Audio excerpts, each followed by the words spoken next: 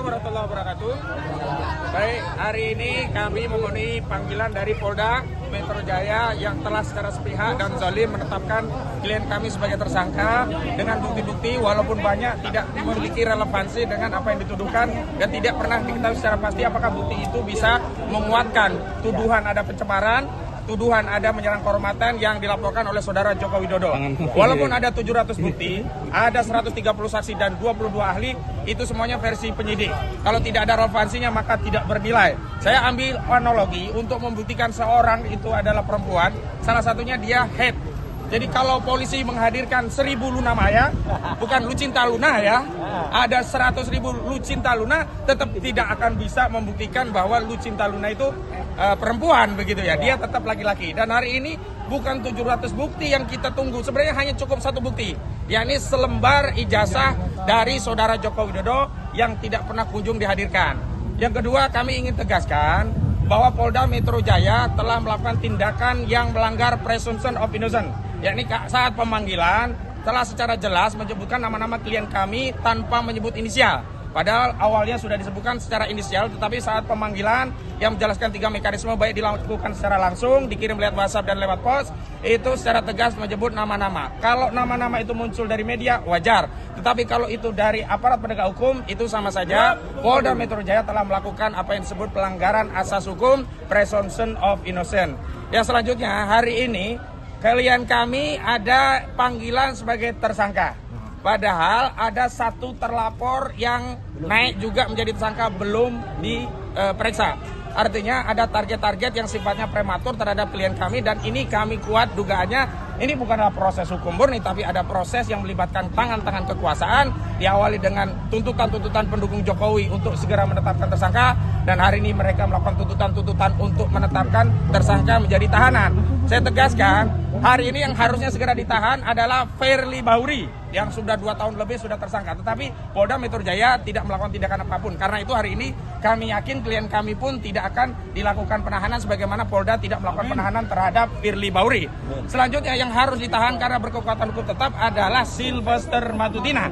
Karena dia sudah inkrah. Dan Sylvester Matutina saat penyidikan di tingkat kepolisian tidak pernah ditahan. Karena sebelum menjadi terpidana, dia dulu pernah menjadi terdakwa dan sebelumnya juga pernah menjadi tersangka. Dan dalam proses tersangka itu yang pasalnya juga sama, penghinaan dan fitnah 310311 KHP, saudara Sylvester Matutina tidak pernah ditahan dalam prosesnya. Karena itu hari ini sebagai bukti bahwa negara kita negara hukum, Polda sedang menjalankan penegakan hukum, tidak ada proses penahanan terhadap klien kami. Selanjutnya dari koordinator litigasi Bang Petrus Celestinos kami persilakan. Bismillahirrahmanirrahim.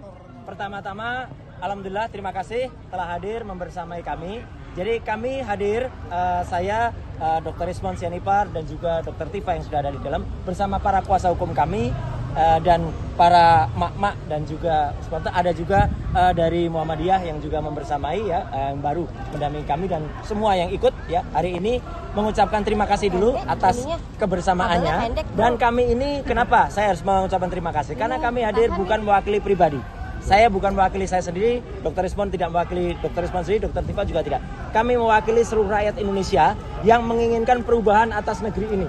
Ya, negeri ini sudah lama lebih dari 1 dekade mengalami suatu rezim yang sangat jahat, sangat bengis dan utamanya adalah apa? Yang telah menggunakan segala cara, menggunakan segala daya, termasuk ada penggunaan ijazah palsu yang kemudian tidak berani terbongkar sampai dengan sekarang. Dan kami ini juga untuk menegakkan kebenaran.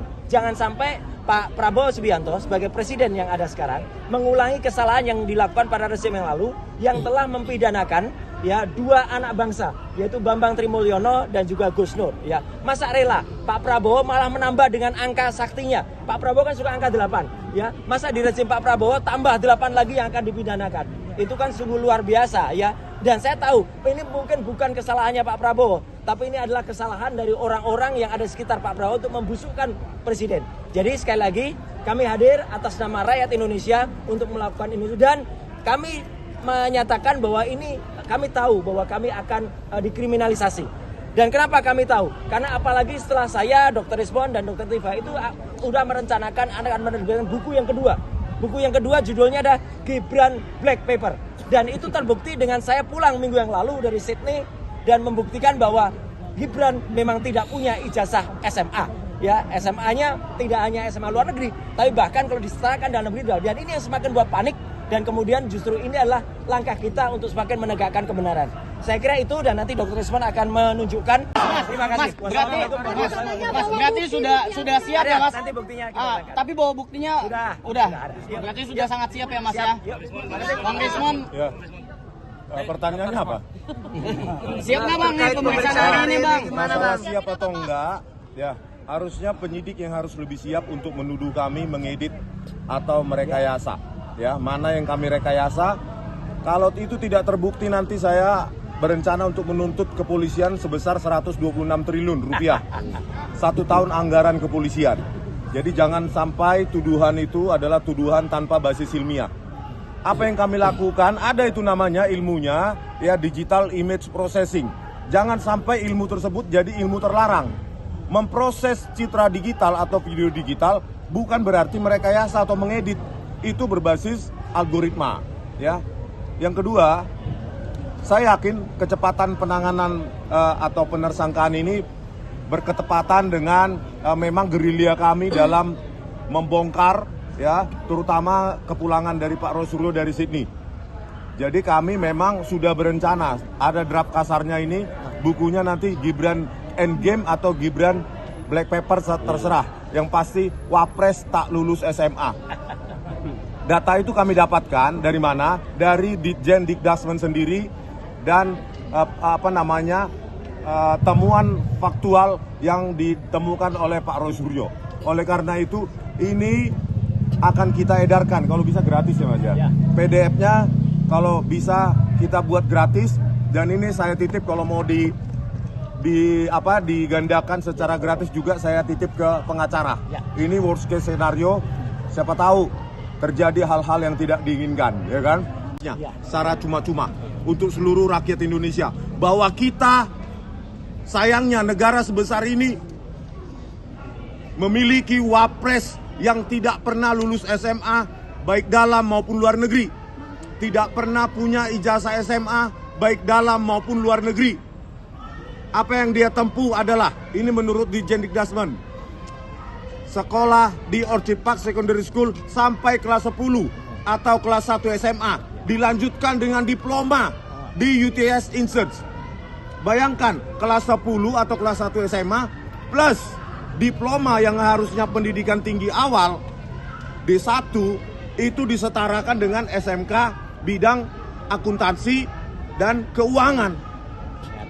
Artinya apa? Itu kan ekivalensi yang sangat fatal. SMA kelas 1 plus diploma setara dengan SMK. Berarti wapres kita ini tak pernah lulus SMA dan tidak pernah lulus atau tidak pernah punya ijazah SMA. Oleh karena itu, Pak Prabowo Subianto, jangan sampai ini menjadi dibawa ke arena politik. Kami peneliti. Kami berhak meneliti dokumen publik. Kenapa dokumen publik? Karena Joko Widodo pernah menggunakan ijazah itu sebagai presiden, di samping gubernur maupun wali kota. Oleh karena itu, ini untuk kalian, nanti bisa digandakan.